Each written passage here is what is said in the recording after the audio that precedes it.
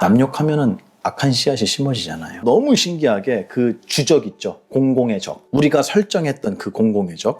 그 사람이 없어지잖아요. 그럼 우리는 승리했다라는 말 끝에 우리 내부에서 분열이 시작돼요. 그건 아주 명백한 법칙이에요. 공공의 적이 사라지는 순간 내부가 분열이 돼요. 그래서 보세요. 유치하고 원시적인 방법이에요. 전쟁을 일으키면 모든 이목이 나쁜 놈들, 우리나라 군인을 죽여 민간인들이 있는 병원에 폭격을 해, 저것도 나쁜 놈들이네 하면서 우리는 하나가 되는 것 같은 착각을 일으키는 거예요. 큰 의미를 보면 정말 나쁜 짓인데 카페에서 뒷담화하는 건 그렇게 죄책감을 못 느껴요. 근데 이것도 똑같은 내 기억 속에 별로 좋지 않다. 뒷담화하는 문화도 하지 말아라라고 얘기하는 건 아니에요. 재밌게 했으면 좋겠어요. 네. 뒷담화 한다는 게 진지해지면 저는 안 되는 것 같아요.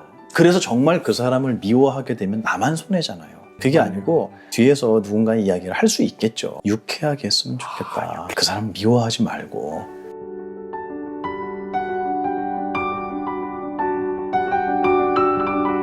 가까운 관계, 특히 뭐 부모, 자식이나 거리를 둬버리면 불효 아닌가, 친구 간에, 지인 간에 거리를 두면 회피 아닌가, 이런 죄책감을 느낄 수도 있는데요. 이건 거절은 공격이 아니라 나를 지키는 일이라고 말씀하셨어요. 거절을 할 때 좋은 말투나 그런 표현이 있을까요? 특히 부모님들이 뭔가를 요구하시거나, 한국은 당위가 되게 많잖아요. 당연히 그렇게 해야지라는 게 되게 많아서 나이가 얼마 되면은 무조건 결혼해야지, 자식 낳아야지, 이런 것들이 요즘엔 많이 무너졌지만 아직도 뿌리가 깊은 것 같아요. 그런 거를 할 때 거절하는 게 정중하게 얘기할 수 있잖아요. 근데 그게 저는 말하는 법이라고 하는 거는 꼭 이렇게 하세요 라고 얘기한다기보다는 지난 세월 동안 내가 그분한테 어떤 모습을 보여줬는지가 내 말의 무게인 것 같아요. 그래서 말의 무게가 있으려면 엉망진창으로 살다가 갑자기 철든 것처럼 얘기하면, 분리할 때만 철든 것처럼 얘기하면 그러면 누구라도 비웃죠. 그게 아니라 평소에 자기 말에 책임지고 신중하고, 말하는 법도 훈련이 되게 많이 필요한데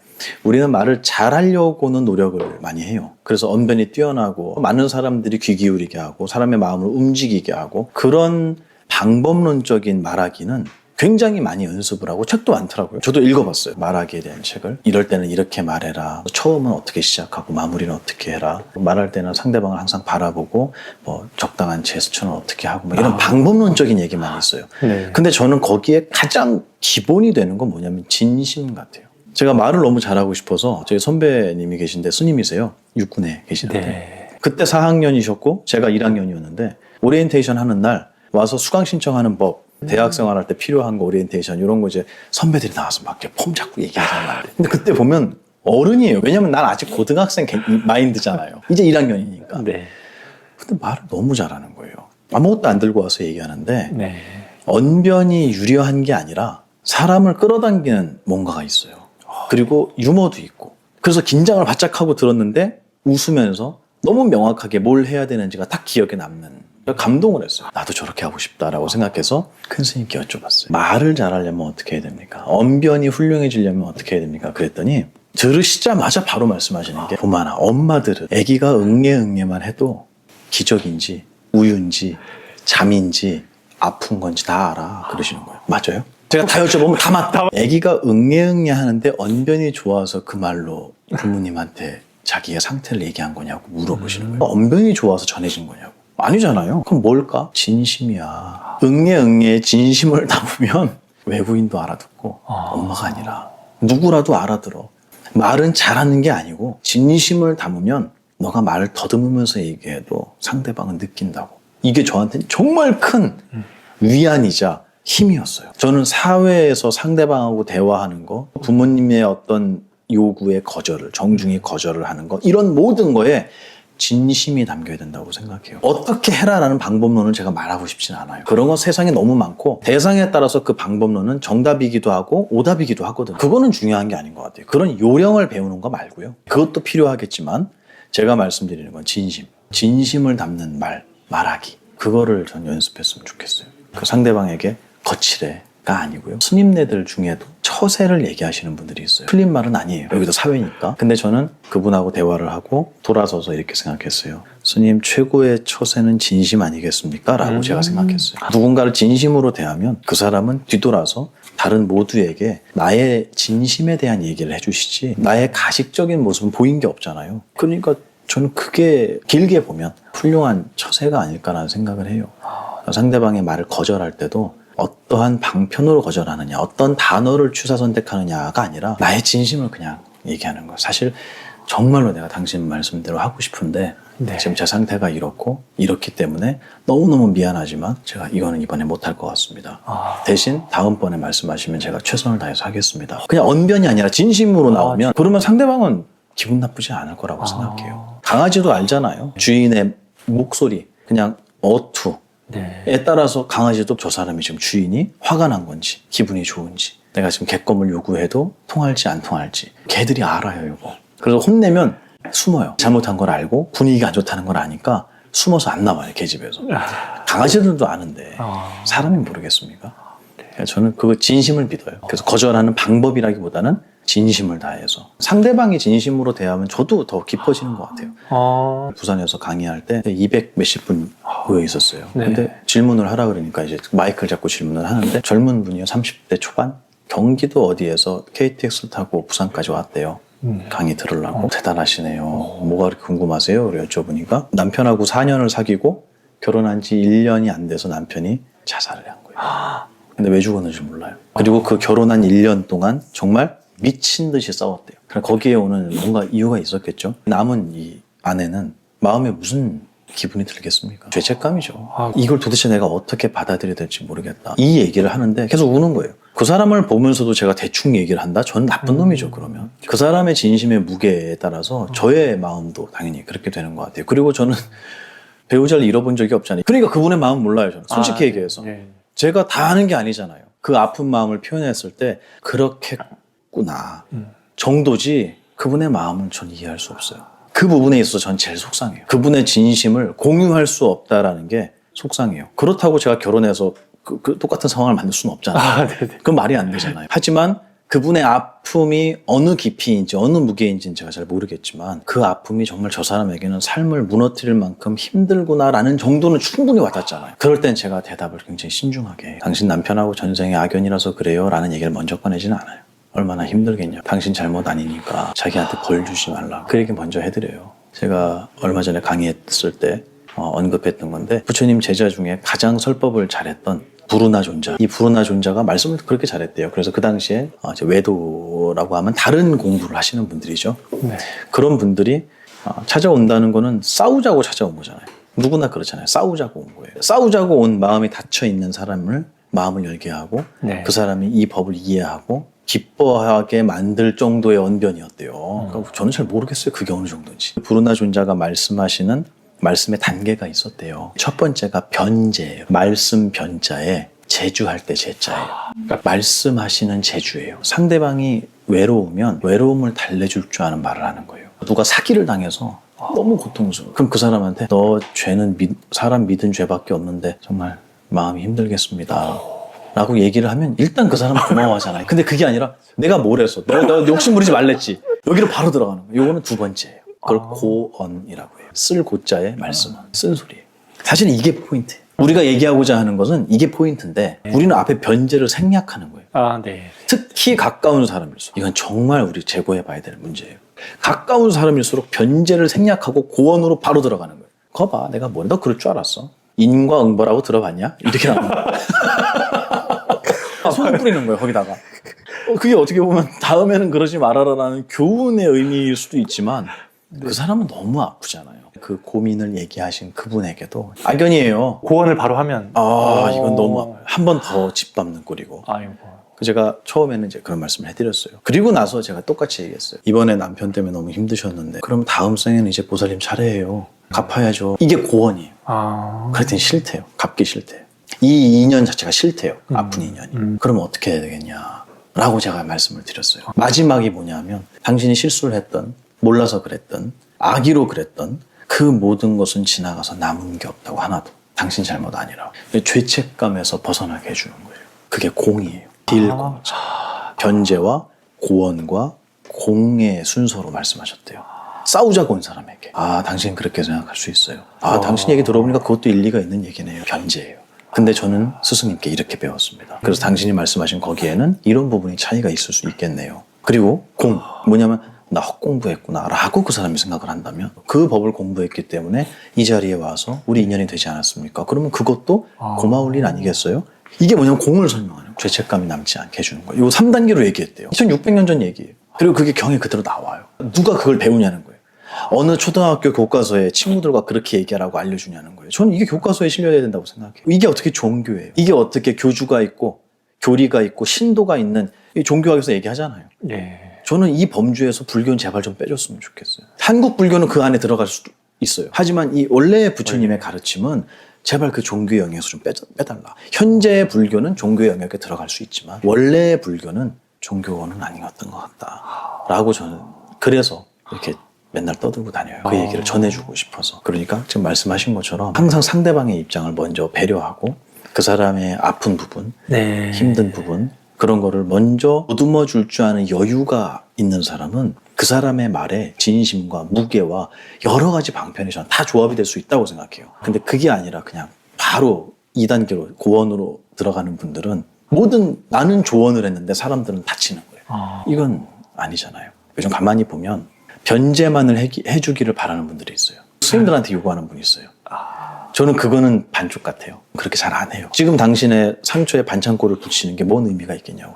다시는 상처가 나지 않도록 하는 얘기까지 해줘야지 그게 맞잖아요. 그러니까 의사가 병을 치료하는데 치료 다 됐어요. 가세요. 재발하지 않는 방법을 안 가르쳐주면 이 의사는 진정한 의사는 아닌 것 같아요. 근데 왜 이렇게 됐는지를 원인을 설명하는 거. 이게 불교의 인과법이잖아요. 당신이 왜 아파졌는지 원인을 설명하는 건 때로는 쓰라릴 수 있지만 이 사람이 다시는 그 잘못을, 이 고통을 반복하지 않기 위해서 저는 반드시 진행돼야 되는 얘기 같아요. 왜 그렇게 됐는지. 근데 그건 아파요, 들어보면. 근데 그 얘기까지 해줘야 두 번째 병이 안 들지 않을까 그런 생각을 해요. 그래서 그냥 따뜻한 위로를 많이들 원해요. 외로우니까, 힘드니까. 네. 출가자들은, 수행자들은 거기에서 멈춘다는 것은 부처님의 이 불교의 정말 귀한 약을 미처 못 드린 거 아닌가라는 좀 아쉬움도 있습니다. 스님이 약을 지금 주신 것 같아요. 죄책감을 느끼는 사람이 결국 공의 그런 마음으로 나아가는 이 스님께서 방금 3단계 설명해 주시니까 결국은 이런 단계로 이렇게 해소가 되는구나. 많은 절에서는 참회 기도를 해야지 네. 죄가 없어지신다고 얘기해요. 그래도 좀 도움은 좀 되지는 않나요? 참회 기도 되기야 되죠. 왜냐하면 자기의 부족함을 스스로 찾아낼 수 있는 시간이 돼요. 충분히 돼요. 네. 근데 문제는 잘못했습니다 한다고 그게 없어지면 얼마나 좋겠습니까? 인과법에서는 절대로 없어지지 않아요. 그러니까 매해 하라 그러는 거예요. 안 없어지니까. 그래서 절에서 이제 등달하라. 작년에 참회기도 했는데요. 아니야 모자라. 아직 업장에 두터우는 거 더 해. 없어지지 않는다는 얘기예요. 병에 나와요. 대신해 줄 수도 없고 남이.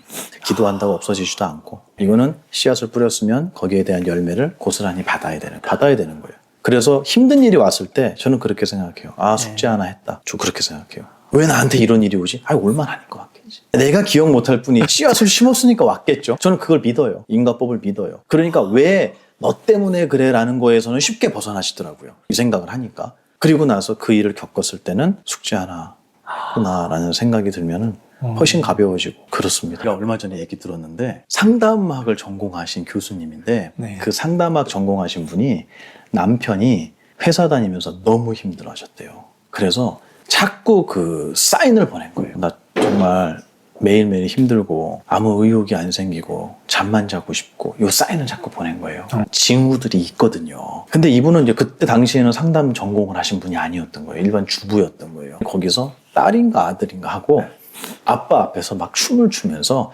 아빠 힘내세요 노래를 불렀대요. 힘이 날 것 같아서요. 이건 뭐냐면 아빠 힘내세요? 누가 있어요? 우리가 있잖아요. 너네 때문에 힘들어. 너네를 돌보느라고 난 죽을 것 같아. 이 회사를 그만 못 둬. 라는 압박이 있었나 봐요. 그리고 얼마 있다가 가신 거예요. 뭘 내가 잘못했는지를 몰랐대요. 그 당시에는. 나는 최선을 다해서 위로를 해줬는데 떠나버리니까. 그때부터 이제 공부를 하셨대요. 그리고 나서 알았던 게 이미 죽을 만큼 인내하고 있는 사람에게 너는 할 수 있어. 더 힘내. 일어나. 라고 얘기하는 거. 우리가 옆에서 지켜보고 있으니까 힘내. 어떤 사람한테 그게 힘이 될 수 있지만 응원이 될 수 있지만 어떤 사람한테는 그거는 더 큰 압박으로 올 수도 있어요. 아까 제가 말씀드린 것처럼 죄라고 하는 거 너는 이렇게 잘못했으니까 이렇게 앞으로 잘해라고 하는 그 고언이 어떤 사람에게는 약이 될 수도 있지만 어떤 사람한테는 그게 너무 힘든 무게가 되는 거죠. 그거는 앞에 변제를 좀 잘 해줬으면 좋겠다. 사양할 때도 거절할 때도 그렇게 했으면 좋겠다는 생각이에요. 서로의 응어리가 남지 않는 그렇죠. 공을 만들어야 돼. 그 요소마다 다 적용시킬 수 있어요. 모양은 달라져요. 하지만 그 큰 틀은 똑같을 거라고 봐요. 굉장히 공식 하나를 이렇게 저도 배워라. 얼마 전에 알았어요. 저도 이거를 옛날부터 날 때부터 한 게 아니라 강의 준비하고 경전 찾고 하면서 보다가 알았어요. 야, 이렇구나. 스님의 은연중에 수행했던 부분 중에 그 요소가 있었구나. 갈등을 우리가 누군가하고 일으켰을 때 대부분 그 첫 기억이 저는 초등학교 갈등이 시작됐던 것 같아요. 그 전에는 뭐 갈등이라는 개념 자체가 별로 없었던 것 같고 제 기억에 남은 최초의 갈등은 친구들하고의 갈등이었고 그때는 막 싸웠거든요. 네, 막 싸우고 그러잖아요. 막 주먹질하고 싸우잖아요. 되도 네. 않게. 네. 그렇게 싸워도 마음 상하고 속상한 건 똑같은 것 같아요. 그리고 관계가 어긋나고 삐걱거리는 것도 어른들하고 똑같은 것 같아요. 근데 그 뒤에 이어지는 작업이 저는 굉장히 중요한 공부라고 생각해요. 화해와 관계의 회복이죠. 사과하는 거. 근데 이거 해보셨어요? 친구들하고 싸우고 나서? 저는 오히려 그게 두려워서 싸우지를 않으려던 것 같아요. 과정이 너무 힘드니까. 그래서 화해하는 법이 좀 미숙한 것 같긴 해요. 하지만 그 과정이 어렵다라는 것도 공부하신 거예요. 그런 씨앗을 안 심는 거예요. 모든 게 우리에게는 필요한 과정인 것 같아요. 싸우면 안 돼가 아니라 싸우면 안 되죠. 하지만 싸웠을 때 너가 이렇게 힘들어져 라는 거를 경험시키고 힘들어졌을 때는 어떻게 사과하고 관계를 회복해야 되는지도 알려줘야 돼요. 그게 어릴 때 이루어져야지 가능해요. 어른이 되면은 똥 자존심 있잖아요. 그게 있어서 못해요. 제가 웃자고 한 얘기고 사회적 지위와 관계 때문에 사과를 하고 싶어도 못하는 경우가 많이 생기잖아요. 그래서 어릴 때 그건 훈련이 있어야 되는데 요즘에는 초등학교 때 친구들하고 싸우면 사과하고 회복하는 훈련을 시키는 게 아니고 경찰이 등장을 해요. 그리고 부모님이 나타나요. 그래서 애들은 싹 빠지고 부모님과 경찰과 선생님이 조율을 하는데 조율의 결과도 화해가 아니라 전학인 경우가 많아요. 그러면 애들은 이제 갈등을 일으켰을 때, 싸웠을 때, 그건 당연한 일이잖아요. 싸웠을 때 이걸 어떻게 해결해야 되는지에 대한 경험 자체가 전무한 거예요. 20살이 될 때까지. 그리고 사회에 나옵니다. 이 친구들은 갈등이 분명히 있을 텐데 그걸 어떻게 해결해야 할까요? 전 너무 두려워요. 그래서 때로는 내가 잘못한 게 아닌데도 내가 미안하다고 먼저 사과할 줄 아는 이게 저는 완성된 인간에 가깝다고 생각하는데 그런 거는커녕 지가 잘못해놓고도 그리고 잘못했다고 인정하면서도 입 밖으로 그걸 꺼낼 수 없는 거예요. 왜냐하면 해본 적이 없으니까. 이 나쁜 어떤 갈등의 요소에서도 그 씨앗 옳게 심어질 수 있다고 생각해요. 갈등이 나쁜 게 아니다. 갈등 자체를 일으키지 않는 씨앗만, 좋은 씨앗만 심는 게 좋다. 이렇게 받아들일 수 있거든요. 그렇게 생각을 한다면 이 이야기는 형이상학적인 얘기예요. 현실에 맞지 않는 얘기가 돼버려요. 근데 그게 아니라 현실에 갈등이 있어도 그게 나에게 선한 씨앗으로 심어질 수 있는 방법이 있더라는 거죠. 그게 뭐냐면 사과하는 거. 내 솔직한 이야기로 상대방에게 할 수 있는 거. 그리고 관계를 다시 회복해 나가는 과정. 그 기억, 연습. 이런 것들도 저는 사회생활에서는 필수적인 일이라고 생각을 해요. 근데 그거를 훈련할 수 있는 어린 시절에 요즘은 부모님들이 개입을 해버리고 아이들끼리의 화합이 아니라 사과가 아니라 부모님들끼리 승패를 만들어버려요. 가해자와 피해자를 규정하는 거죠. 제가 얼마 전에 비구니 스님이 한 분이 그 얘기 하시더라고요. 카페를 갔는데 커피를 먹고 나서 이제 정립하잖아요. 저는 정립 이런 거 잘 안 하거든요. 스님 혹시 정립하세요? 달려와서 정립을 하신 거예요. 그러면서 저한테 물어봐요. 스님 제가 절에서 학생들한테 남자들은 이런 거 정립 이런 거 잘 안 하잖아 이렇게 얘기했더니 애들이 뭐라 그랬냐면 스님 그거 성차별적 발언이에요. 성차별적 발언이에요. 이렇게 얘기를 했다는 거예요. 왜 이렇게 속이 상한지 모르겠어요. 차라리 아니에요 스님 남자들도 챙기는 사람 많아요 라고 얘기하면 되잖아요. 프레임 씌우는 거예요. 이걸 누구한테 배웠을까? 어른들한테 배운 거예요. 아이들이 싸웠는데 물론 나쁜 놈들이 있죠. 못된 놈들이 있어요. 하지만 너는 가해자, 너는 피해자로 딱 구분짓는 순간 헤아릴 수 없는 문제가 발생을 하는 것 같아요. 가해자도 가해자로 규정된 애도 그럴 만한 이유가 있고 아픔이 있고 사정이 있을 수 있어요. 그러면 그거는 또 다른 사회나 가정으로부터의 피해자가 될 수 있거든요. 그러니까 이거를 이렇게 이분법적으로 딱 나누는 거예요. 스님 그거 성차별적 발언이에요 라고 프레임을 씌우는 이 사회에서 과연 우리가 언제 화해하고 화합하는 법을 배울까? 저는 불가능하다고 생각해요. 그래서 이런 갈등들을 애초에 일어나지 않도록 만들면 좋겠지만 그럴 수는 없다니까요, 세상은. 그러니까 이런 갈등이 일어날 때 이걸 어떻게 해결해 나가는지에 대한 경험, 그것도 저는 선한 씨앗이라고 생각해요. 확장을 하면 제가 3제래요, 올해. 저는 이렇게 봄, 여름, 가을, 겨울이 있다는 건 인정해요. 우리의 삶 속에. 오르면 내리막이 있겠죠. 하지만 그게 나쁜 거냐? 그렇게 생각 안 해요. 같은 내용이에요. 이렇게 춥고 어렵고 힘든 시기에 나는 평소에는 할 수 없었던 나에게 큰 이익이 되는 어떤 기반을 다질 수도 있고요. 그리고 막 나대면서 일어날 수 있는 사고를 난 피할 수도 있다고 생각해요. 그런 게 정해져 있지는 않겠지만. 그래서 저는 겨울이 오면 봄을 준비하는 게 맞잖아요. 겨울에 나가서 씨앗 심는 게 부지런한 사람은 아니에요. 어리석은 사람이지. 근데 우리는 그런 상황이 왔을 때도 그거를 극복하는 게 맞다라고만 배운 것 같아요. 그거는 겨울에 씨앗 심는 행복한 기억은 아니잖아요. 고생만 하지. 결과는 없고요. 지혜롭지 못하기 때문에. 그래서 저는 그렇게 힘든 시간, 세속에서의 갈등 이런 것들도 결코 나쁜 것만은 아니다. 반드시 그것도 아름다운 씨앗으로 심을 수 있다라고 저는 생각해요. 연습도 필요하고 그러지 않습니까? 사과를 할 수 있는 사람이 좀 더 어떻게 보면 자존감도 있고 성숙한 사람인 것 같기는 해요. 네. 자칫 상대방이 네. 쉽게 보이지 않을까. 이런 것 때문에 오히려 사과를 먼저 못하는 경우도 맞아요. 많이 있는 것 같아요. 본인 얘기시죠? 네. 제 눈빛이 아련해지셨어요. 근데 저는 그게 말씀하신 거는 관계에서의 답을 물어보셨지만 네. 저는 그게 개인적인 부분에도 답이 있고 사회적인 관계에서도 답이 있다고 생각해요. 쉽게 얘기하면 사과의 방법에 대한 얘기를 좀 많이 하거든요. 스님들은 사과에 대해서 굉장히 자신 있게 얘기해요. 제가 죽을 죄를 졌습니다. 이렇게 하는 게 아니에요. 네. 그게 아니고 내가 스님의 말씀을 제대로 이해하지 못했던 것 같아요.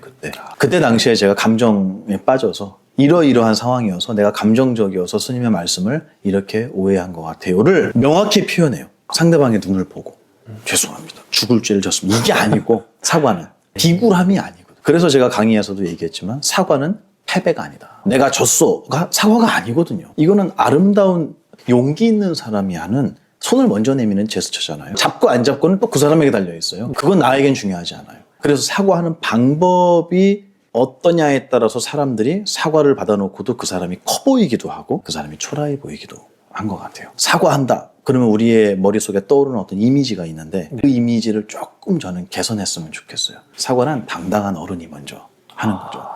내가 이러이러해서 당신에게 불편함을 준 것 같습니다. 정말 미안하고 내가 다음부터는 그런 일 안 하겠다고. 내가 더 주의하겠습니다. 여러 사람 불편하게 해서 정말 진심으로 죄송합니다. 라는 얘기를 정말 자신감 있게 했을 때 누가 그 사람을 우습게 볼까요? 전 더 무서워할 것 같아요. 자기 자신에게 저렇게 냉정한데 다른 사람에게는 어떨까? 당연히 그 생각이 먼저 들어요. 자기 자신의 실수도 저렇게 노골적으로 앞에 드러내는데 저 사람 눈에 다른 사람의 잘못은 안 보일까?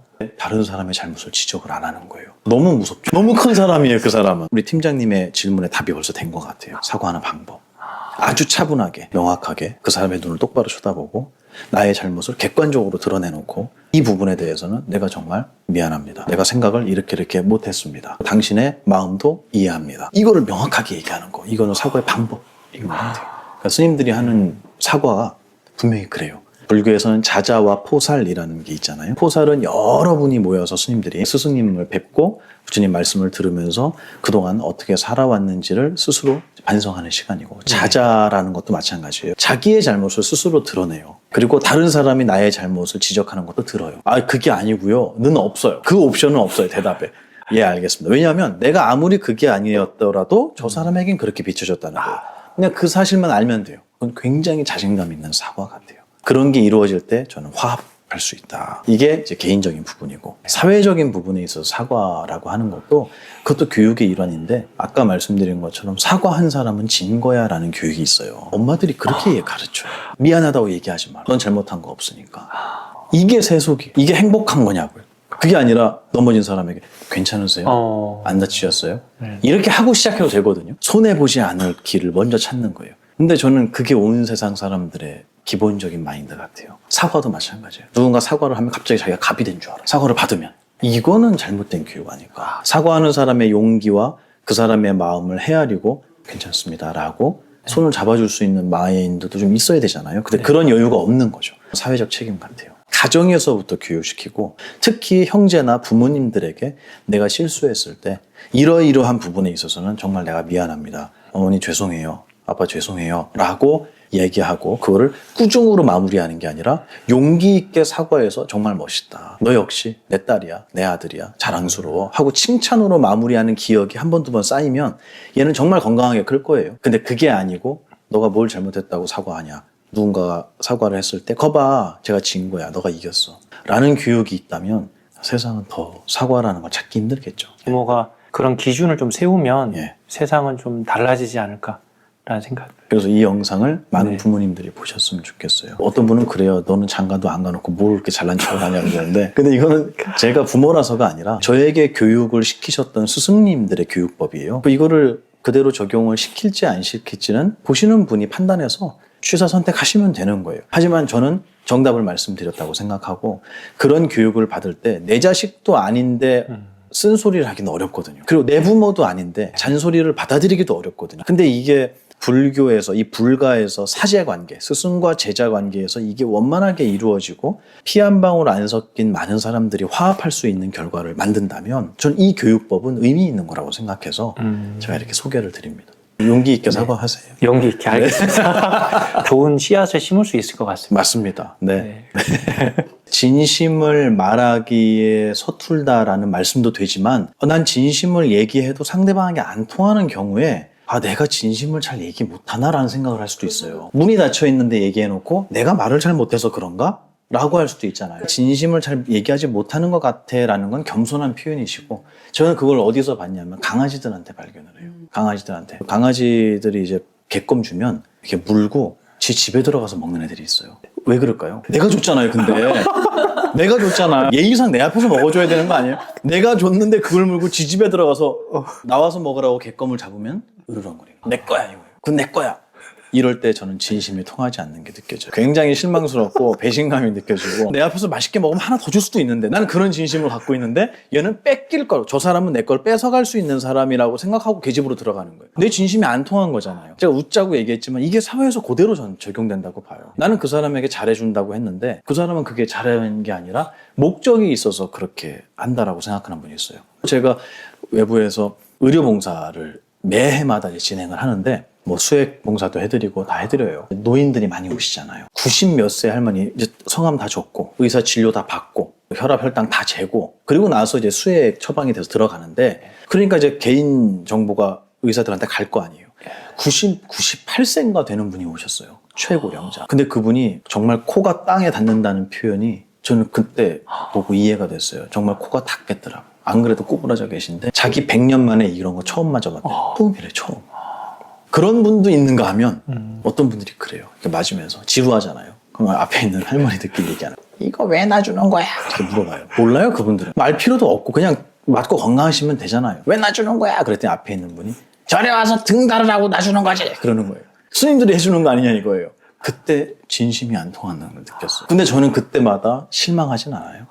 왜냐하면 내가 진심을 대해서 얘기했다라는 기억은 나에겐 들어왔잖아요. 그리고 다음 생에 가져가는 기억은 내 기억을 갖고 가는 거지 그 사람이 나를 어떻게 생각했냐는 그 사람이 가져가는 거예요. 나하고 상관이 없어요. 저는 오히려 그렇게 위로해요. 이건 나의 부족이야. 나의 부족도 있겠죠. 하지만 나의 부족만은 아니다. 우리의 인연이 거기까지인 거고 그리고 나는 최선을 다했어.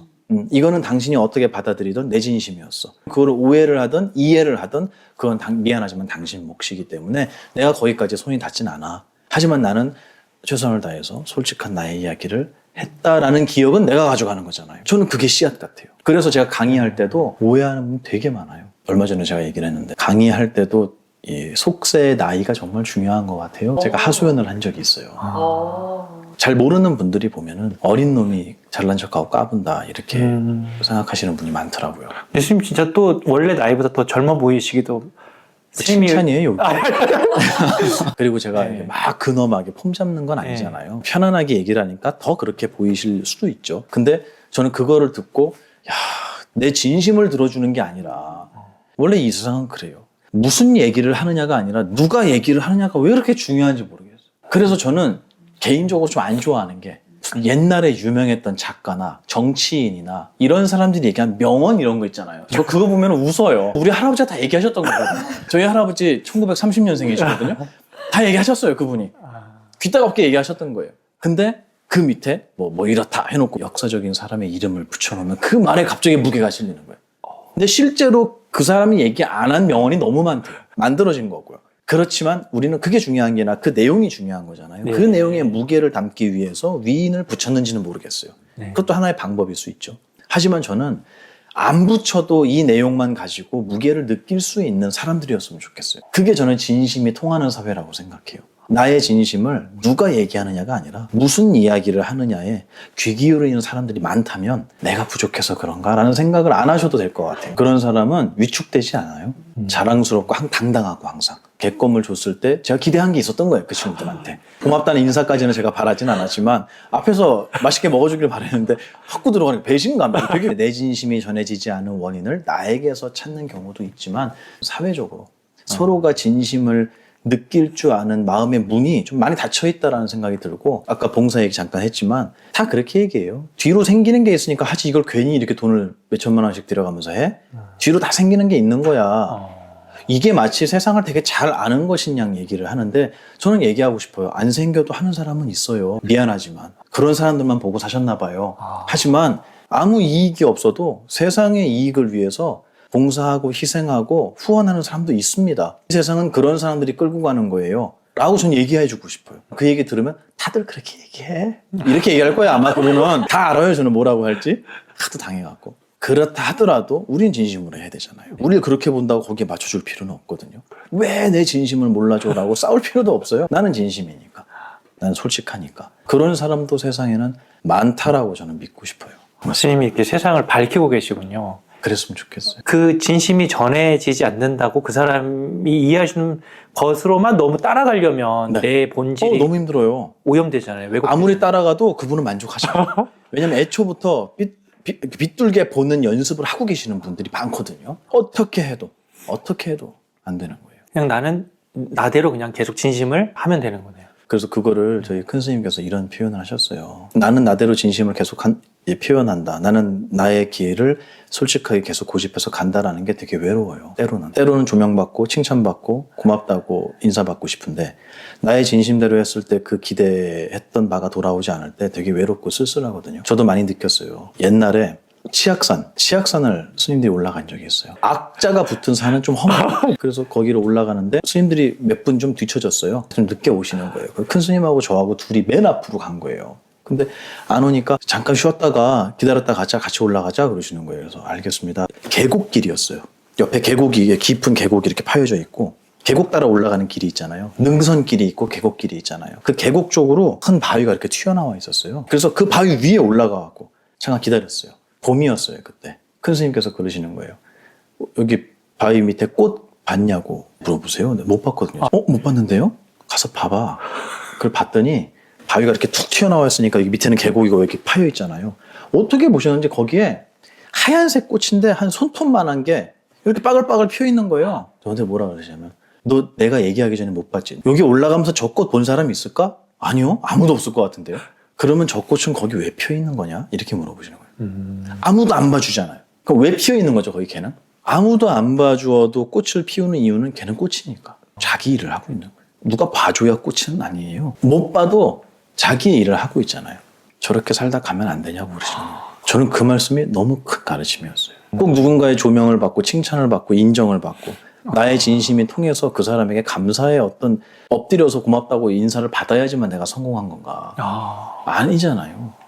아무도 모르게 피었다가 아무도 모르게 질 거예요. 네. 그렇다고 꽃이 아니냐는 거예요. 꽃 맞잖아요. 아무도 모르는 산속에서 너의 공부를 하다가 아무도 모르게 떠나도 너는 훌륭한 아름다운 수행자라고. 세상에 인정을 받으려고 할 필요가 없다. 그건 욕심이에요. 인정받는 나를 만들고 싶어하는 욕심이에요. 저는 그건 초라한 인생이라고 생각 안 해요. 그래서 저는 사업을 해도 전국에서 1등을 해야 성공하는 거라고 착각했어요. 회사에서도 남들보다 빠르게 승진해서 높은 자리에 올라가야 성공이라고. 그게 아니에요. 30년 동안 말단에 있어도 그 사람이라는 꽃이잖아요. 그 자리에서 아름답게 필 수 있거든요. 근데 우리는 항상 남들과 비교하면서 상대방의 인정, 피드백을 기대하면서 그렇게 인생을 설계하기 때문에 바위 밑에 있는 꽃은 이렇게 생각할 거예요. 우리 같으면.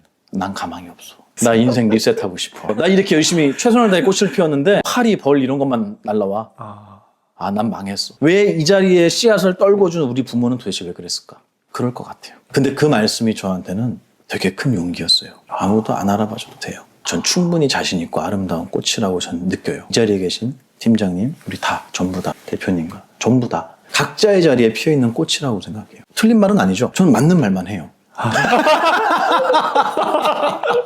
왜냐면 이건 제 얘기가 아니니까. 스승님께서 주신 거기 때문에 그걸 전해드리는 거기 때문에 저는 항상 당당하게 얘기해요. 그게 틀렸다라고 얘기하시면은 저희 큰 스님께 가서 따지시고 가셔서 안 계시니까 4년 전에 다음 생에 만나면 따지세요. 전 정말 그렇게 생각해요. 바위 밑에 핀 꽃도 외롭지 않다라고 전 분명히 믿습니다. 잘못된 인생, 실패한 인생, 뒤처지는 인생 전 전혀 아니라고 생각해요. 내가 할 수 있는 만큼 속세에서 열심히 살다가 어느 날 이건 아닌 것 같아 하면 거기까지가 내 자리인데 위로 올라간다고 착각해요 사람들이. 근데 저는 그렇게 생각 안 해요. 위로 올라가는 건 아닌 것 같아요. 옆으로 퍼지는 것 같아요. 나의 자리가. 거기까지가 내 자리잖아요. 내가 나의 삶에 만족하는 거 있잖아요. 그건 욕심으로는 채워질 수 없는 부분 같아요. 다른 길인 것 같아요. 욕심을 부려서 뭔가를 얻어내서 만족한다?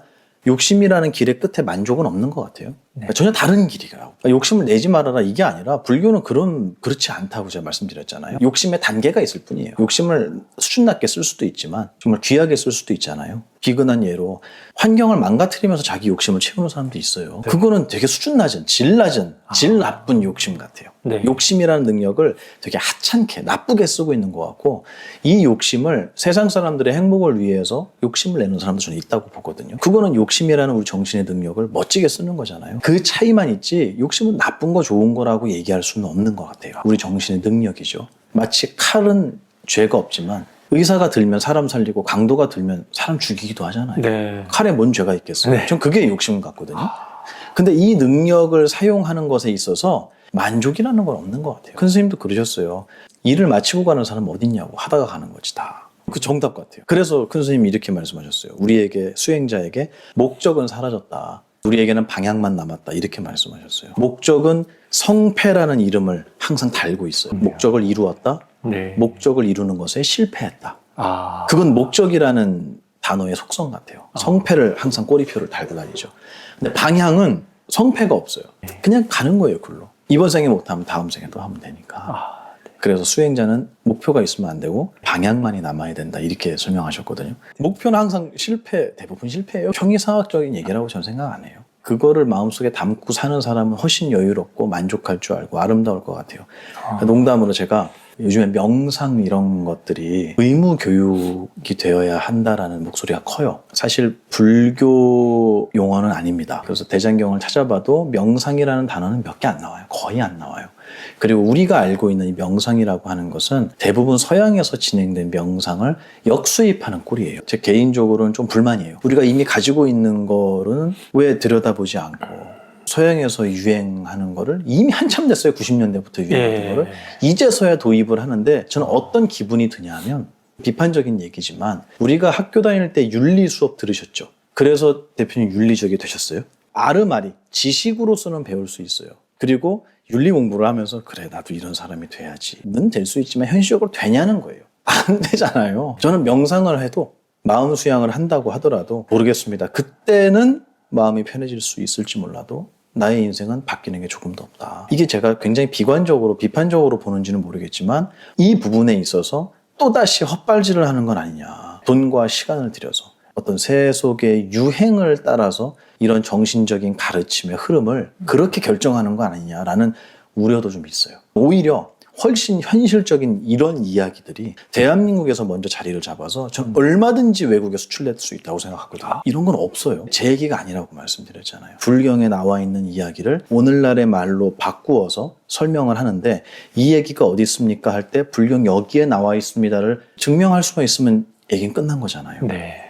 이거를 저는 얼마든지 외국에 전할 수 있다고 생각해요. 그게 저는 좀 속상해요, 한편으로. 험담 비난이 결국 내 기억을 더럽힌다 비유를 하셨습니다. 남에게 욕을 하면 그 욕은 내가 가장 먼저 듣죠. 내 밥그릇에 오줌을 싼 것과 같다. 이런 강한 비유도 있는데요. 왜 사람들은 뒷담화를 중독처럼 하게 되는지 험담이 결국은 사람과의 관계를 망친다. 관계를 망치잖아요. 그건 확실하죠. 근데 관계를 만들고 싶어서 하는 거예요. 어떻게 보면 아주 원시적인 화합의 방법이에요. 결속의 방법이 뒷담화예요. 비근한 예로 군대에서 많이 써요. 공공의 적을 만드는 거예요. 그러면 공공의 적이라고 인식하는 모든 사람은 하나가 돼요. 그리고 심지어는 종교에서도 써요. 사탄이라는 존재를 만들면 우리는 거기서 예외인 것 같거든요. 네. 우리는 하나인 것 같아요. 네. 우리는 순백이고 우리는 하나님 편이라고 생각해요. 어느 종교를 비하하는 게 아니고 종교에서도 그렇게 잘못 써먹는다고 이거를. 조금이라도 남의 앞에 서고 대중을 이끌어가는 사람은 이걸 아주 활용을 잘해요. 정치에서도 엄청 잘 써먹어요. 이슈를 터뜨려서 쟤네는 다 그래라고 하잖아요. 그러면 쟤네를 미워하는 나머지 사람은 마치 자기들이 화합하고 있다고 착각해요. 나쁜 놈이야 저 인간 이렇게 했잖아요. 맞아 하면 우리 하나가 된 것 같아요. 관계를 망치려고 하는 게 아니라 관계를 만들고 싶어서 해요. 그래서 뒷담화를 많이 하는 사람일수록 자존감이 낮아요. 혼자서 못 살아요. 자기가 약하다고 생각하고 을이라고 생각하고 사회에서 자기는 약자라고 생각하는 사람들은 단체를 만들려고 노력해요. 이거는 불교에서는 아주 경계하는 부분이에요. 그래서 수타니파타의 부처님께서는 그물에 걸리지 않는 바람처럼 소리에 놀라지 않는 사자처럼 진흙에 물들지 않는 연꽃처럼 맨 마지막에 무소의 뿔처럼 홀로 가라 이렇게 말씀하세요. 콧불소의 뿔이에요. 뿔처럼 홀로 가라고. 무리 짓지 말라고. 이 얘기가 바로 그거예요. 내 편이 생기면 반드시 적이 생겨요. 그래서 불교에서는 이 분열은 가장 큰 죄로 쳐요. 승가를 분열시키는 것은 바로 쫓겨납니다. 내용이 뭐든 그게 이거는 잘못된 거 아닙니까? 라고 해서 맞아 아니면 아니야 해갖고 나눠줬어요. 그 얘기하는 사람 쫓겨나는 거예요. 왜냐하면 편을 나누지 않고도 해결할 수 있거든요. 근데 편을 나누려는 사람들은 자기 혼자서는 서 있지 못하는 사람일 수 있어요. 제가 모두 그렇다는 얘기를 하는 게 아니라 그럴 수 있다고요. 내가 만약에 누군가의 뒷담화를 많이 한다라고 한다면 누군가의 칭찬을 하는 것보다 뒷담화가 재미있고 편하다는 것은 동조하는 사람을 기대하고 있는 거 아닌가라는 생각을 한번 해봐야 돼요. 집에서 혼자 거울 보면서 녹음기 켜고 뒷담화하는 사람은 없어요. 뒷담화의 장은 카페잖아요. 뭔 그렇게 할 말이 많은지 보면 막 얘기하는데 좋은 얘기보다는 뒷담화 또는 자랑. 그게 많잖아요. 제가 너무 비하하는 건가요? 목소리 되게 커요, 그런 분. 왜냐하면 자기가 신이 나서 자기를 못 보는 거예요. 옆 테이블에 앉아 있는데 그분의 이제 가정사가 다 이해가 되면서 가계도가 그려지는 이런 상황이 생겨요. 시어머니 욕하고 남편 욕하고 누구 욕하고 연예인 욕하고 그러면서 자기 즐거워하는 거예요. 그리고 거기에 동조를 안 한다고 생각해봐요. 제가 팀장님을 만나갖고 대표님 욕을 했는데 내가 동조를 안 해. 그럼 그 얘기 하실 거예요, 안 하실 거예요? 다음부터는 안 할 것 같아요. 그거 봐요. 근데 그게 가능하다는 얘기는 뒷담화가 가능하다는 거는 동의하는 사람들이 있다는 거예요. 그리고 맞지 걔 그렇지. 그리고 맞아 내가 보니까 좀 그렇더라 하면 이제 갑자기 둘 사이에 엄청난 일속력이 생기는 거예요. 부당한 피해를 입은 사람들끼리의 전우회 같은 거. 상사의 욕을 하면은 스트레스가 풀린다라고 얘기하는 분 스스로의 자존감의 문제일 수도 있고요. 사회적으로 말씀을 드린 거고요. 개인적으로 말씀을 드리면 수행의 입장에서 말씀을 드리면 자기에게 어떤 기억이 심어지는지를 관찰하지 못하는 것 같아요. 남 욕하면은 악한 씨앗이 심어지잖아요. 너무 신기하게 그 주적 있죠. 공공의 적. 우리가 설정했던 그 공공의 적. 그 사람이 없어지잖아요. 그럼 우리는 승리했다라는 말 끝에 우리 내부에서 분열이 시작돼요. 그건 아주 명백한 법칙이에요. 공공의 적이 사라지는 순간 내부가 분열이 돼요. 그래서 보세요. 유치하고 원시적인 방법이에요. 전쟁을 일으키면 모든 이목이 나쁜 놈들. 우리나라 군인을 죽여? 민간인들이 있는 병원에 폭격을 해? 저것도 나쁜 놈들이네 하면서 우리는 하나가 되는 것 같은 착각을 일으키는 거예요. 큰 의미를 보면 정말 나쁜 짓인데 카페에서 뒷담화하는 건 그렇게 죄책감을 못 느껴요. 근데 이것도 똑같은 내 기억 속에 별로 좋지 않다. 뒷담화하는 문화도 하지 말아라라고 얘기하는 건 아니에요. 재밌게 했으면 좋겠어요. 뒷담화 한다는 게 진지해지면 저는 안 되는 것 같아요. 그래서 정말 그 사람을 미워하게 되면 나만 손해잖아요. 그게 아니고 뒤에서 누군가의 이야기를 할 수 있겠죠. 유쾌하게 했으면 좋겠다. 그 사람 미워하지 말고. 제 뒷담화도 누군가 하겠죠. 근데 진지하지 않았으면 좋겠어요. 진지하면 당신이 손해보니까 뒷담화 할 거면 재밌게 하셨으면 좋겠어요. 질문하라고 하는데 그 황금 같은 시간에 찬갑이 내고 온 자리에서 그걸 물어본 사람이 있었어요. 눈썹이 왜 이렇게 진하냐고. 그래갖고 제가 빌어준다 그랬어요. 한 번씩. 뭐라고 대답을 해야 돼? 뭐라고 대답을 해 도대체? 그 눈썹 진짜냐고 물어본 사람도 있었어요. 전 재밌어요. 그런 거. 진지한 댓글은 다르죠. 진지하게 불쾌함을 표현하는 댓글은 달라요. 저는 댓글을 안 읽어요. 왜냐면 읽으면 그게 또 제 기억에 들어가요. 그런 거를 들으면 아무렇지 않게 넘어가면 좋잖아요. 하루 종일 그 생각밖에 안 나는 거예요. 이게 우리 정신의 법칙 같아요. 제 공부가 낮아서라기보다는 저는 원래 그런 거라고 봐요. 그래서 그런 거를 담지 않으려고 노력하는 것도 저는 방법. 그래서 항상 뒷담화를 할 때도 내 기억에 뭐가 들어가느냐를 잘 한번 봤으면 좋겠어요. 그래서 제가 이런 얘기를 우리 수강생들한테 많이 해요. 이 기억의 법칙. 내 기억에 지금 무엇이 들어가는가를 내 입장에서 보면은 다 좋은 게 들어가는 것처럼 느껴져요. 다 합당한 이유가 있는 것만 들어가는 것 같아요. 그게 아니라 내 기억에 들어가고 있는 걸 객관적으로 놓고 보잖아요. 그럼 쓰레기가 들어갈 때가 되게 많아요. 제가 그렇더라고요. 그래서 그런 거는 전 과감하게 안 들으려고 해요. 네. 그거 산통을 깨는 방법을 하나 알려드릴게요. 네. 뒷담화 할 때. 네. 누가 뒷담화를 하잖아요. 그럼 그러네, 맞네. 해놓고 이런 얘기를 하는 거예요. 근데 그분도 잘하는 게 있지 않을까요? 이건 동조도 아니고 부정도 아니에요. 아, 맞아. 그분 맞아. 그때 그랬어요. 근데 보니까 그분 능력은 좀 있는 것 같아요. 집에서는 되게 잘하는 것 같은데 그 사람이 모르게 그 사람의 좋은 점을 흘려주는 거예요. 저 그거 되게 많이 해요. 왜냐하면 스님들끼리 뒷담화 장난 아니고요. 대하소설 순이에요. 뒷담화가. 그러면 끝도 없어요. 갑자기 음모론까지 막 들어가면서. 그럴 때 저는 산통을 좀 깨는 편이에요. 안 깨지잖아요, 산통이. 네. 그럼 제가 피하죠. 근데 저는 그분한테 이런 걸 좀 배운 적이 있어요. 이런 거는 참 대단하신 것 같아요. 예를 들어서 출가한 지 오래된 19살에 출가하신 모 스님이 계신데 종단의 어른이신데 그분 욕하는 분이 되게 많아요. 근데 저는 그분하고 깊은 대화를 나눠보진 않았지만 꽤 종종 만났었어요. 그래서 이제 사적으로 몇 마디 나누고 밥도 몇 번 먹고. 근데 왜 사람들이 그분의 안 좋은 얘기를 하는지는 충분히 알 것 같아요. 자기의 의사를 표현하는 게 굉장히 거칠어요. 어릴 때 출가해서 그러셨는지 모르겠어요. 네. 이유는 제가 모르겠지만 되게 거칠고 폭력적이에요. 그러니까 누구나 싫어하겠죠. 근데 그것만 빼고 보면 고집이 엄청 세거든요. 고집이 세다는 게 저는 좋은 면일 수도 있다고 생각해요. 네. 그렇기 때문에 그분이 그 어려운 시절을 겪어서 오늘까지 그 스님의 수행자의 모습을 지켜온 거잖아요. 네. 그리고 아는 것도 많아요. 뭐가 잡지식이 많아. 그래서 그분 욕을 할 때 제가 그런 얘기를 한 적이 있어요. 아, 맞아요. 좀 그렇죠. 그분이 말하는 게 말씀하시는 게. 근데 그분 아는 건 진짜 많으신 것 같더라고요. 그리고 경험도 되게 많으신 것 같더라고요. 대부분 사람은 또 거기에 동조를 해요. 그 사람은 편을 만들고 싶었을 뿐이에요. 그 사람을 욕하는 건 두 번째고 그렇게 함으로써 편을 만들고 싶은 사람이 대부분이에요. 외로움. 그런 게 있어요. 그래서 정치 얘기하거나 종교 얘기하면 싸우게 되는 이유가 뭐냐면 그런 얘기를 하면서 동조를 구하는데 동조할 수 없는 마지노선들이 있거든요. 사람들이. 그게 정치하고 종교 얘기예요. 이거 목숨 거는 분들이 있어요. 그러면 싸우게 되죠. 근데 그게 아니고 편을 만들고 싶었던 나는 함께하는 사람들이 있어. 나와 생각을 같이 하는 사람들이 있어. 라는 그거를 이제 불교에서는 중생상이라고 해요. 무리, 내 편. 근데 부처님은 그런 건 없다 그러셨어요. 금강경에 중생상은 그건 있는 게 아니다. 원래부터 있는 게 아니다. 불교 용어로 연기, 인연되어서 잠시 일어나는 현상일 뿐이지 본래부터 그런 건 없다고. 우리나라 요즘에 외국인들 많이 들어왔잖아요. 외국인들하고 결혼하는 분도 되게 많더라고요. 이제는 단일 민족이라는 개념은 없어진 것 같고 또 어떤 역사학자는 그런 말씀도 하시더라고요. 북한하고 통일이 되어야 한다라는 것의 당위가 점점 떨어진다. 그리고 자기도 그렇게 생각한대요. 그래서 왜 그러시냐. 우린 한민족인데 그랬더니 그러면 삼국이 있었던 것도 한민족이었는데 고구려 백제 신라도 한민족인데 정말 피 터지게 싸웠잖아요. 네. 그 역사도 그러면 부정돼야 되는 거냐고. 잘못된 역사냐고. 어리석은 역사고. 그러면 안 되는 거였냐고. 한민족이니까 같이 살아야 된다라는 당위에는 난 동의하지 못한다. 이렇게 말씀하시는데 저는 이제는 뭐가 한민족인지도 모르겠어요. 이제는 혼혈도 많아지고. 그렇게 보면 대한민국이라는 한민족이라는 것의 정의는 무엇인가. 이것도 사실은 원래 없었던 거예요. 근데 우리가 관념적으로 만들어 놓은 거, 약속한 거죠. 그것처럼 우리 편은 있냐는 거. 공공의 적이 사라지는 순간 우리끼리 싸울 텐데. 그러니까 중생상 이거는 부처님께서 이건 올바른 게 아니다. 만들어진 거지. 진실이 아니다. 이렇게 설명을 하시는 거라고 생각해요. 뒷담화 하는 거는 첫 번째는 자존감이 낮고 또 이면에는 내 편. 근데 저는 그냥 재미로 했으면 좋겠어요. 별거 아닌 우스갯소리로 그렇게 할 수 있잖아요. 가볍게 웃으면서 그냥 끝내는 정도로 했으면 좋겠어요. 진지지지 말자. 그거는 나의 외로움이 반영된 거다. 투영된 거다. 이런 말씀을 드리고 싶어요.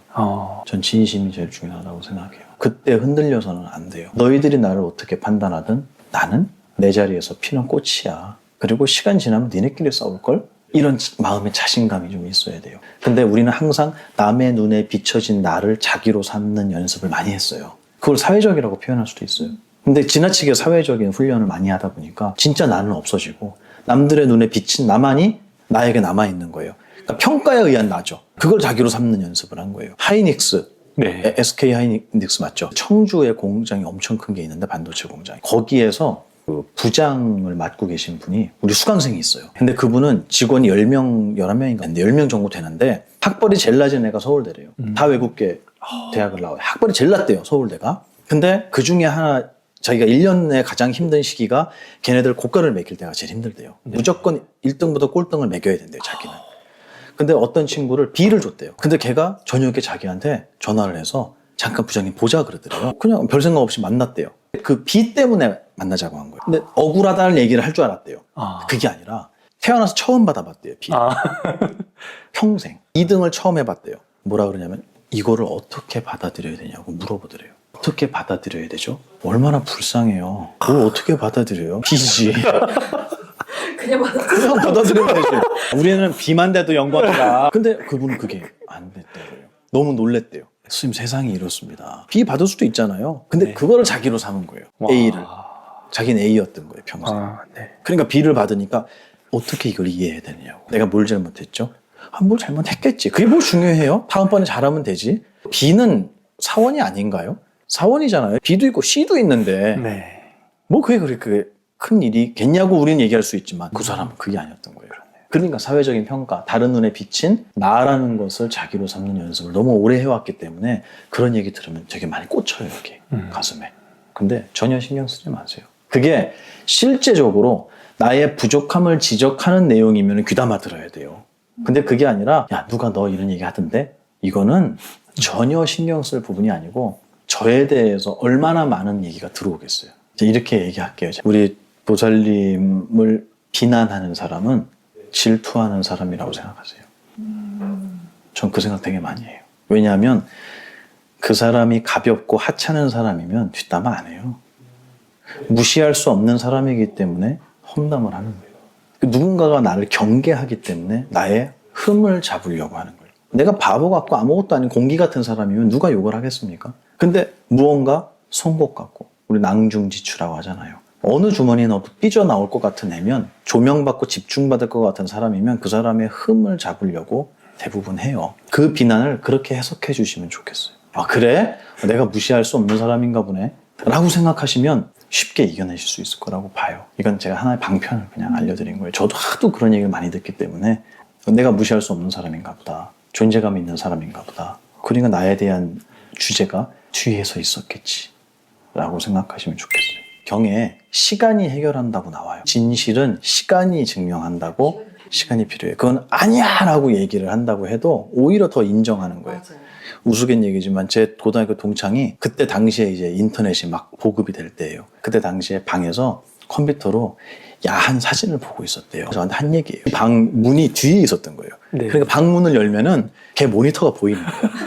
근데 한동안 열심히 보다가 느낌이 너무 이상해서 껐대요. 근데 뒤에서 엄마가 너 뭐 보니? 이렇게 물어보시더니 엄마가 보고 있었던 거예요. 뭐 보냐고 물어본 거예요. 갑자기 자리에서 벌떡 일어나면서 아니에요! 그랬대요. 아니 뭘 보냐고 물어봤는데 아니에요가 뭐예요. 자기가 혼자 그렇게 생각을 하게 되면 다른 사람의 얘기를 들으면은 그게 내 멋대로 해석이 되는 거예요. 남들한테 누군가의 뒷담화를 듣게 되면은 나도 모르게 그 사람이 그렇게 보여요. 내가 내면에서 해석을 해버리는 거예요. 시간이 지나면 해결이 되는 거고 모든 사람들이 함께 화합하는 거를 누구나 원하잖아요. 근데 그 화합하지 못하고 누군가를 비난하면서 그 사람이 정말로 그렇게 된 것이냐 그게 사실화가 돼버리잖아요. 그걸 보면은 리더의 입장에서는 너무 속상한 거예요. 네. 그럴 때는 중재를 해주셔야죠. 당연히 중재를 해주셔야 되는데 그런 일이 발생하고 나서 중재를 하는 게 진짜 어렵거든요. 그러니까 그 전에 해야 되는 것 같아요. 병이 나고 나서가 아니고 병 나기 전에. 그리고 항상 구성원들을 불교에서는 때마다 대중들을 모아서 끊임없이 법문을 하시고 확인하시고 화합을 확인하시고 했던 게 저는 그 장치 같아요. 내팽개쳐 뒀다가 사건이 발생했을 때 뛰어들어서 해결한다? 더 큰 일이 생겨요. 결국은 그러면 그래요? 사장님이 그렇게 옹호하면 저희 다 때려칠래요? 이런 경우도 생길 수 있고 아니면 그 사람이 저만 나가면 조용해질 것 같습니다. 이렇게 될 수도 있어요. 그러니까 이거는 그 일이 생기기 전에 끊임없이 들여다보고 해야 돼요. 그래서 앞에 선 사람은 힘들어요. 잠을 못 자요. 이게 스승님이 제자들을 대하는. 그래서 큰 스님이 이러셨어요. 이 집안에서 제일 눈치 많이 보는 사람이 나야. 하나하나 눈치를 다 보신다는 거예요. 얘하고 얘의 관계는 어떤가, 쟤는 어떤가. 이거를 스승이 보신다고 스승께서. 전 잘 몰랐어요. 그러셨는지. 조금씩 알 것 같아요. 어떤 느낌인지. 아마 대표님도 그런 맨날 마음. 봅니다. 그죠? 그거를 이제 편안하게 만들어가기 위해서는 아까 말씀드린 진심이 정말 중요하고 그리고 나의 이익을 위해서 누군가를 희생시키겠다라는 마인드는 제가 볼 땐 큰 득은 안 되는 것 같아요. 그 오너들이 절대 해서는 안 되는 직원을 소모품으로 보는 거 있잖아요. 그런 회사가 정말 많잖아요. 네, 절대 그래서는 안 되고 항상 따뜻하게 대하고 진심으로 대하는데 특히 요즘에 이제 풍토가 그런 건 없다. 우리는 근로기준법에 따라 사는 사람들이다라고 생각하는 풍토가 좀 많은 것 같아요. 네. 근데 이거는 반드시 거기에 대한 과보를 받을 겁니다. 절대 그래서는 안 되고요. 운영하시는 분도 진심으로 대하시고 함께 하시는 분들도 자기의 24시간 중에 가장 오래 있는 시간이 직장이잖아요. 네. 그러니까 자기의 터전이 삶의 터전이지 여기서 돈 벌기 위해서 힘든 곳에 내가 희생하고 있다 이런 식으로 생각하면 안 되거든요. 근데 그런 분위기를 만들어가는 회사가 별로 없죠. 그런 것도 기업인들이 좀 생각을 해주셔야 되는 부분 같아요. 그런 일이 생기기 전에 미리 해야 된다. 하나만 더 첨언을 드리면 왜 여러 사람이 얘기하면 진실이 되는 것처럼 느껴지는지 아세요? 그게 기억이 견해를 만들기 때문이에요. 그래서 이게 원각경이라는 경전에 똑같은 표현이 나와요. 거기선 공화라고 얘기해요. 허공의 꽃이다라고 얘기해요. 뭐라고 비유가 나오냐면 제가 눈병이 났어요. 그래서 이렇게 보니까 저쪽에 눈병 때문에 이렇게 뭔가 뻘건 이렇게 뭉게뭉게한 뭔가 이렇게 보여요. 눈이 병이 났으니까. 저게 뭐지? 라고 하고 있었어요. 그래서 제가 팀장님한테 팀장님 저거 보여요? 그러면은 보여야 돼요? 안 보여야 돼요? 내가 눈병 걸려서 보인 거니까 안 보여야 되잖아요. 저거 뭐예요? 그럼 난 안 보이는데? 라고 대답을 해야 되는데 그 사람도 보인다고 하는 거예요. 왜 그런가 봤더니 같은 병에 걸렸어요. 그러면 이 방에 있는 모두가 같은 눈병에 걸렸으면은 저 허공의 꽃은 객관적인 존재냐 아니냐라고 물어보시는 거예요. 대부분 존재예요. 그거예요. 네. 많은 사람이 그렇다고 하면은 그게 사실이 돼버려요. 법칙이에요. 그때는 각자가 내 눈에 병이 있는 게 아닌가라는 생각을 해야 되는데 과연 그걸 누가 그 얘기를 해줄 수 있냐고 그 사람들에게. 그게 눈 밝은 스승이잖아요. 그런 분들이 있어야지 그런 여론을 잠재울 수가 있는데 이수성이 그런 분 없어요. 그리고 그런 분이 나타난다고 하면 내 편이 아니기 때문에 쟤도 나쁜 놈이에요. 너 사장님하고 무슨 뭐 있냐? 그렇게 되는 거예요. 밀어내요. 이런 문화에 우리 익숙해져 있는 거예요. 공화. 모두가 그렇다고 하면은 나에게도 그렇게 보이기 시작하는 거예요. 근데 실제로는 그런 건 없어요. 모두 병에 걸려 있다. 이렇게 표현을 하는 거예요. 대단한 비유죠. 비트코인이 그거잖아요. 비트코인에 아무도 투자를 안 하면 없는 거예요. 없는 거죠. 근데 많은 사람들이 모여서 가치가 있다라고 모두가 동의를 해버리니까 정말 그것이 물질처럼 가치 있는 무언가가 됐잖아요. 그러면 그것이 비트코인이라는 것에 실체가 있느냐? 없다. 그건 누구나 인정할 수 있어요. 여기는. 불교는 묻는 거예요. 우리가 현실이라고 하는 여기는. 나아가서 이 컵은 결국 실체는 없다. 보는 놈한테만 있는 거 아닐까? 라는 의심을 하게 되는 거예요. 이게 현대에서 양자 물리학의 배경이잖아. 그걸 2600년 전에 이미 하신 거예요. 내가 눈에 병이 나면 내 감각이 문제가 생겨서 남들에게는 안 보이는 게 보이지만 남들도 병이 나서 그게 보인다면 그건 객관적인 실체가 되는 거예요. 그 순간부터. 있는 게 되는 거예요. 존재가 되는 거예요. 그럼 이런 거는 뭐지? 이 질문을 이제 했던 거예요. 당시의 수행자들이. 결론은 뭐냐면 맞다. 이것도 환상이다. 나에게만 느껴지는 것이다. 그러면 옆 사람, 저 사람도 그렇게 보이는데요? 같은 병에 걸려. 같은 병이 불교에서는 같은 수준의 감각을 가졌다라고 표현이 돼요. 박쥐들은 초음파가 느껴지잖아요. 네. 그럼 걔네한테는 초음파 있는 거예요. 우리한테는 안 느껴지잖아요. 그것처럼 우리가 이렇게 세상이 보이고 물질이 보이고 하는 것은 우리의 감각이 비슷하기 때문에 마치 객관적인 존재가 있는 것처럼 오해하게 되었다. 사실은 여기는 아무것도 있는 것이 없다. 공한 것이다. 여기는 비어있는 것이다. 네. 라고 이제 표현이 되는 거죠. 이게 이제 불교에서 얘기하는 물질이라는 거를 분석해가는 과정이에요. 전제가 나의 감각. 볼 때만 있다가 1번이에요. 물리학에서는 그게 아니었잖아요. 객관적인 물질이 존재한다라는 기반 위에서 물리학은 올라갔는데 이제는 거기에 관찰자라는 개념이 안 들어갈 수가 없는 상황이 된 거예요. 근데 이 관찰자는 불교에서는 1번 전제였어요. 볼 때만 있고 신기하죠. 네. 그러니까 관찰자, 볼 때만 있다로 시작하는 물리학은 어떨까? 전혀 다른 얘기예요. 네. 많은 사람들이 있다. 저 사람 뭔가 있다. 잘못된 사람이다. 라고 얘기하는 여론. 그게 만들어지기 전에 많은 대화와 또 이런 얘기를 좀 많이 해주셔야 돼요. 네. 그래서 이런 원리를 저는 오너들이 좀 알았으면 좋겠어요. 그래서 설명해 주는 거예요. 기회가 있을 때마다. 우리가 여론을 만들어가는 거는 각자의 생각이라고 착각할 수 있지만 그거는 여러 사람이 동의했을 때는 사실이 돼버린다. 그러니까 우리는 여론을 만드는 거에 대해서 굉장히 신중해야 한다. 그리고 누가 무슨 말을 하더라도 내가 겪어본 그 사람에 대한 거는 믿을 수 있겠지만 누가 이렇다더라라는 얘기는 우리는 흘려보내야 되지 않겠느냐. 그런 거에 부안해동되지 않도록 오너의 경영 철학이 좀 서 있어야 겠죠. 이런 거는 그런 분들한테는 크게 적용이 되는 얘기라고 봐요.